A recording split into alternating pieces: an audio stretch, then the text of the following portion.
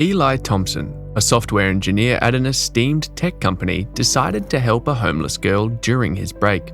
He bought her food with his company's credit card, and when his boss discovered what he did, their lives were changed forever. At the center of the formidable concrete jungle of New York is the acclaimed Ashford Solutions, known as the reigning tech company in a city of diversity and dynamism. You wouldn't believe it was built from scratch. Calling the shots up to their prestige is the CEO and founder, Arthur Blackwood, a man full of promise, brilliance, and passion. His hunger for world-changing innovation and profit often obscured his humane leadership. Many of his employees found him mean and unforgiving, but Arthur saw himself differently. Up on his team was a jack of all trades, renowned for his exemplary knowledge of software and skills in the field. Elliot Eli Thompson, a not-so-ordinary tech whiz.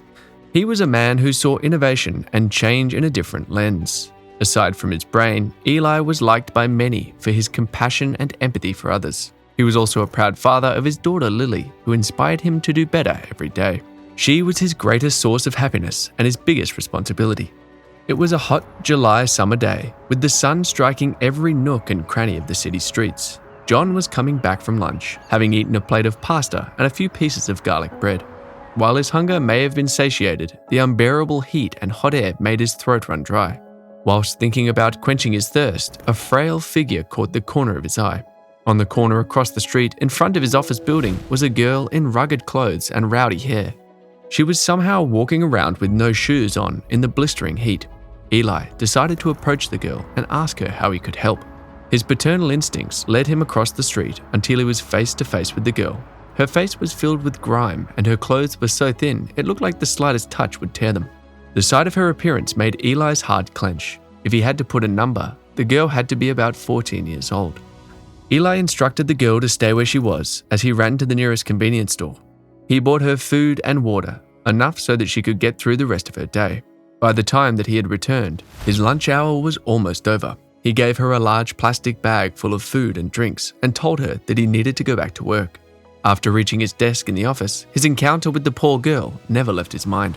The next day, Eli purchased an extra lunch, packing on as much food as possible in a single order. He did this using the company credit card as he was pressed for time and had an important meeting. When it was time for lunch, Eli hurried down and checked if the girl was still there. To his surprise, she was. She was cooped up in the far corner of the building, where a line of trees kept the New York heat at bay. Eli approached the young girl and sat beside her, sharing his bought lunch and asking her for her name. The girl told him that her name was Mia. Mia shared with him the reason why and how she got into that unfortunate situation. In her story, she relayed to Eli that her mother was going through rehab. The girl was left in the care of her father's sister, who treated her so poorly she had to run away. Her father unfortunately had passed, and Mia didn't know of any other relatives on her mother's side. Eli was overcome with the deep sadness, as hearing all of this made him think of his own daughter, Lily. From that day forward, Eli made it his business to always bring Mia lunch. He found her in the same spot every day at the same time. He would eventually start buying different kinds of food. That way, she always had something new to try. He would rush out of work, company credit card in hand, and a notepad of dishes Mia had yet to try. Months had passed and December reeled into the picture. The nights were slowly getting colder and colder, and Eli worried about Mia on the streets. One chilly night, while he was doing overtime for a software project, Eli decided to buy her some winter clothes. Sharing their meal out front of the Ashford building, Eli's acts of kindness was noticed by unforgiving and unkind eyes.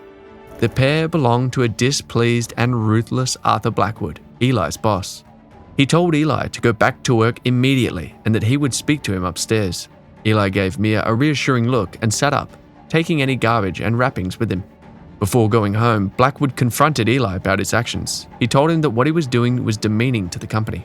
Eli tried hard to explain his choices, but Blackwood was too convinced with his stance. Blackwood accused Eli of trying to find ways to escape work and that it was reducing his work's quality. "But sir," Eli said, "I only go to feed Mia on my lunch break. Whatever I do has never been on company time." "Not on company time, huh?" Blackwood said, increasingly getting frustrated. "Then explain this." Eli looked at the sheet of paper Blackwood pulled out in front of him. "What is this?" Eli asked questioningly, as he took the piece of paper in his hands. "I see that you've been eating quite the lunch every single day. You must have a huge appetite from all that work you're supposedly doing," Blackwood said. Eli's heart dropped. The paper he was holding was a receipt for his company credit card. Under the transactions was a list of all the lunch orders he had bought for himself and Mia. Some were priced fairly normal, while others leaned a little more on the excessive side. "But sir, she's a child with no place to go. I'm the only one who is keeping her fed." "According to this, I was the one keeping her fed," Blackwood said, gesturing to the receipt. "You used to be one of my top performers, so it pains me to have to do this." Eli's eyes widened as Blackwood uttered only 2 short words. He was now out of a job, and his family, along with Mia's life, would take a turn for the worse. A year had passed, and Eli's life was going in a downward spiral. The competition between professionals in the tech business made it hard for him to find any stable work. The mere fact that he was fired from Ashford Solutions, the biggest tech company in New York, was a major no-no. Yet amidst all this, he was still trying to make ends meet. He tried teaching the basics of software engineering through workshops and tutorials. He tried to freelance services online, and most of all, he never gave up. As Eli endured his own struggles, Ashford Solutions was also dealing with its own growing problems. A year into Eli leaving the company, unprecedented problems arose from the inside and outside. Some programs came crashing down, contracts were expiring, and test projects were constantly failing. This led to a harsher work environment, along with Blackwood's increasingly intensifying outbursts. But during this chaos, Arthur Blackwood received a visit from someone named Mabel. She was his estranged sister who had disappeared several years ago. Her visit was so sudden that Blackwood didn't know how to react. But after taking a good look at his sister, he realized how far she had fallen. Her eyes were deeply sunken, as if she hadn't been taking care of herself, and the creases of her arm had small scars where a needle might have been. His eyes then landed on the girl she was with, an eerie feeling filling his gut. The girl felt very familiar. She looked just like her mother, but there was something more to her than that. A picture of Eli giving food and winter clothes to a little girl then flashed before his eyes. There was no way that was possible, and Blackwood left the thought at that. Against his better judgment, Blackwood decided to take his sister back in. She was family after all. This also included the girl Mabel had brought with her, who she claimed was her daughter. One random night, as they were eating their dinner, Blackwood decided to learn more about the young girl. He questioned whether or not she was going to school, as well as how she supported herself while Mabel was away.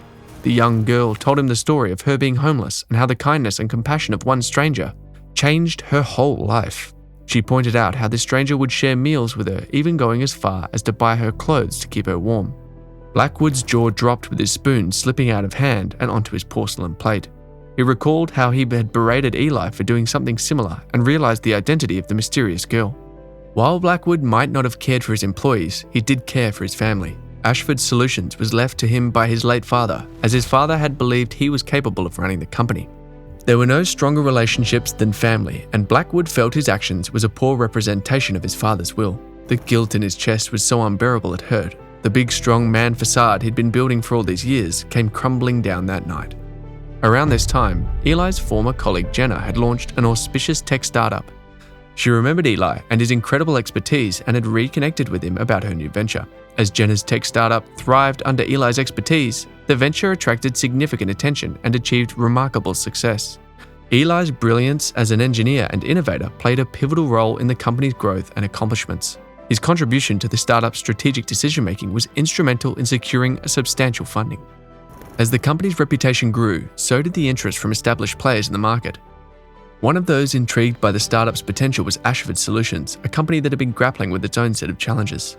Ashford Solutions, once a dominant force in the industry, had fallen on hard times. The company was desperately seeking a technological breakthrough to revitalize its operations and regain its competitive edge. Hearing of Jenna's startup and its impressive innovations, Ashford Solutions saw an opportunity to acquire the company and leverage its advancements for its own revival. The sudden interest from Ashford Solutions presented a surprising twist of irony. Eli, once a loyal employee of the struggling company, now found himself at the center of a potential acquisition. The situation created a complex and delicate dilemma for Eli.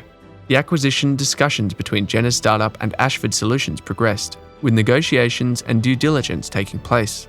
Eli found himself at the center of this pivotal moment, grappling with the decision that would shape the future of both companies and his own professional path. He didn't know whether or not he was willing to work with Blackwood a second time. He knew that he wouldn't be here now if it wasn't for Jenna, someone who actually appreciated his work and made him co-owner. Nonetheless, this put Eli back in direct contact with Blackwood.